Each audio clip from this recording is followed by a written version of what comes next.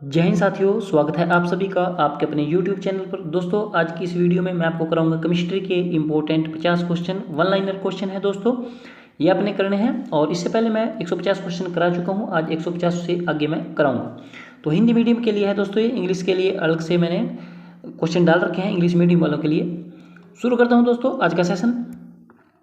First question है आज का, सूर्य से ऊर्जा उत्सर्जित होती है, किसके कारण होती है? तो ये नाभिकीय है, संलयन के कारण होती है। हाइड्रोजन बम भी इसी के आधार पर कार्य करता है।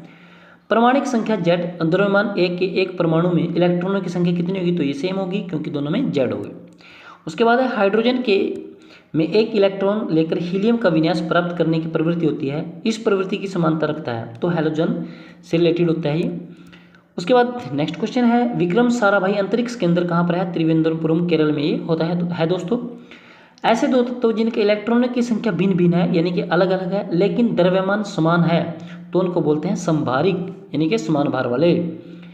नेक्स्ट है, ये आपको दे रखे हैं, ये आपने बताना है क्या है। 32S16 की ये परमाणु संख्या और द्रव्यमान है, तो इनको बोलते हैं आइसोटोन्स। यूरेनियम का कौन सा आइसोटोप न्यूक्लियर रिएक्टर में होने वाली श्रृंखला प्रतिक्रिया जारी रखने में क्षमता रखता है? तो यूरेनियम 235। हीरा में कार्बन 4 एक दूसरे से अनुबद्ध होते हैं, तो इसको बोलते हैं टेट्राहेड्रल। थायोकाल रबर क्या है? संश्लिष्ट रबर को बोला जाता है। किस गैस से अंडे जैसी गंध आती है? H2S से आती है दोस्तों। उसके बाद है, कार्बन का कौन सा अवरूप एक ठोस त्रिआयामी संरचना में होता है? तो डायमंड यानी कि हीरा त्रिआयामी संरचना में होता है दोस्तों। किसी गैस के एक निश्चित द्रव्यमान का 273 परम ताप पर आयतन 25 ml है, यदि दाब स्थिर रखा जाए और 546 परम ताप पर गैस के द्रव्यमान का आयतन कितना होगा? तो 50 ml हो जाएगा। ये देखो दोस्तों, इसका दुगुना हो रहा है, तो ये भी इसका दुगुना हो जाएगा। कौन सी गैस का आवरण सूर्य से हानिकारक पराबैंगनी विकिरणों को अवशोषित करता है? तो ओजोन।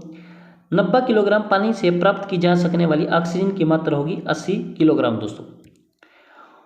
प्रोड्यूसर गैस का ईंधन और नाइट्रोजन के स्रोत के रूप में प्रयोग किया जाता है, यह गैस प्राप्त की जाती है, तो ये भाप को उद्दीपित कोक पर प्रभावित करने से। अब आप सोच रहे होंगे कि तो ऑप्शन बड़े टफ हैं, तो दोस्तों एग्जाम में ऐसे ही ऑप्शन आते हैं, तो अगर यहाँ पे आपको टफ लग रहे तो वहाँ पे आपके लिए और मुश्किल पैदा हो जाएगी। सोडा वाटर बनाने के लिए कौन सी गैस का प्रयोग किया जाता है? तो ये तो पता ही होगा आपको, CO2 carbon dioxide. Hydrogen gas सामान्यतः तैयार की जाती है, तो ये तनुकृत H2SO4 साथ शुद्ध जस्ते की विक्रिया द्वारा हाइड्रोजन गैस तैयार की जाती है। तापमान को कितना कम कर देने पर सभी गैस शून्य आयतन घेरेंगी? तो -273 डिग्री सेल्सियस, और इसको क्या बोला जाता है दोस्तों? परम शून्य तापमान। ये याद आपने रखना है, परम शून्य। बॉयल नियम किस स्थिति में लागू होता है? तो नियत तापमान पे ये लागू होता है। 169 के बाद हम चलते हैं 170 क्वेश्चन पे। सर्विस स्टेशनों पर मोटर कारों की जाने वाली प्रदूषण जांच द्वारा किसकी जांच का अनुमान किया जाता है? तो शीशा व कार्बन कण की जांच की जाती है। नेक्स्ट है, दो गुब्बारों को हाइड्रोजन और हीलियम, दो गैसें हैं, के समान ग्राम अणुओं से भरा जाता है, दोनों एक ही आकार के छिद्र में से किए जाते हैं। सबसे पहले कौन सा गुब्बारा संकुचित होगा, यानी कि सिकुड़ जाएगा? तो हाइड्रोजन गैस का जो गुब्बारा होगा वो पहले संकुचित होगा। उसके बाद 1 मोल किसके बराबर होता है? तो ये है 6 गुणा 23 की पावर 10। NTP पर 44.8 लीटर CO2 में मोलों की संख्या कितनी होती है? 2 होती है। एक गैस का विदूषण दबाव के दौरान उसका तापक्रम क्या होता है? तो ये दोस्तों बढ़ जाता है। विद्युत बल्ब में कौन सी गैस प्रयुक्त होती है? अक्रिय गैस भरी जाती है। ट्यूबलाइट में मुख्य रूप से कौन सी गैस भरी जाती है? तो पारे की, वाष्प और आर्गन। आर्गन आपने याद रखना है, बहुत एग्जाम में आता है। ये 175 176 दोनों क्वेश्चन काफी बार पूछे गए हैं। गैस वेल्डिंग में प्रयुक्त गैस उदासीन ऑक्सीकरण और कार्बुरक, ये भी क्वेश्चन एग्जाम में पूछा गया है 177। उसके बाद अक्रिय गैस परमाणुओं के सबसे भारी कक्ष में कितने इलेक्ट्रॉन होते हैं? तो ये 8 होते हैं दोस्तों। कितने होते हैं? 8। कौन सी गैस चूने के पानी को सफेद कर देती है? CO2 carbon dioxide. जब एक हवा भरा हुआ टायर फटता है तब निकलने वाली हवा ठंडी हो जाएगी। किसके जलने से कार्बन डाइऑक्साइड गैस निकलती है? तो हीरे के जलने से ऐसा होता है।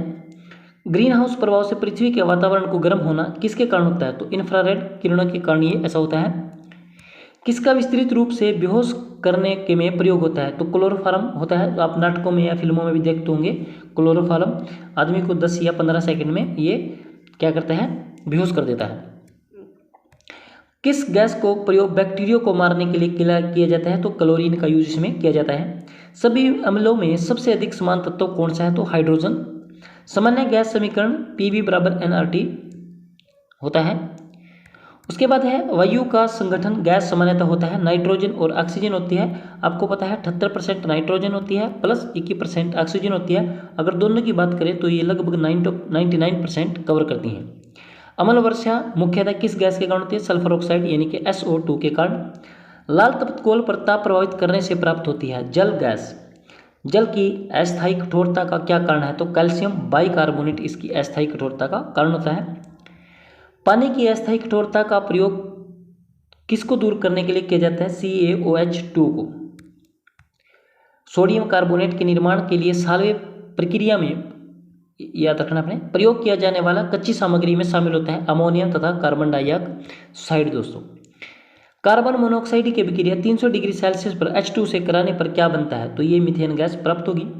Plaster of Paris important question है, इसका सूत्र आपने बताना है। CaSO4 1/2 H2O होता है। एक्वारेजिया जिसका प्रयोग जो है आप सोना चांदी के आभूषण यानी कि साफ करने के लिए करते हैं। HCl और HNO3 एक तत्व HCl3X2O5 और Ca3X2 सूत्र वाले यौगिक बनाता है, लेकिन HCl5 नहीं बनाता। कौन सा तत्व X हो सकता है? तो N यानी कि नाइट्रोजन। दियासलाई के विनिर्माण में प्रयुक्त मूल तत्व कौन सा था? फास्फोरस का यूज किया जाता है। ग्लोबल वार्मिंग की स्थिति वातावरण में किस गैस की गहनता से पैदा होती है? तो हाइड्रोजन। कैल्शियम कार्बाइड पर जल डालने से क्या होता है? तो एसिटिलीन गैस उत्पन्न होती है। दोस्तों, और आज का लास्ट क्वेश्चन हमारा 200 नंबर क्वेश्चन है।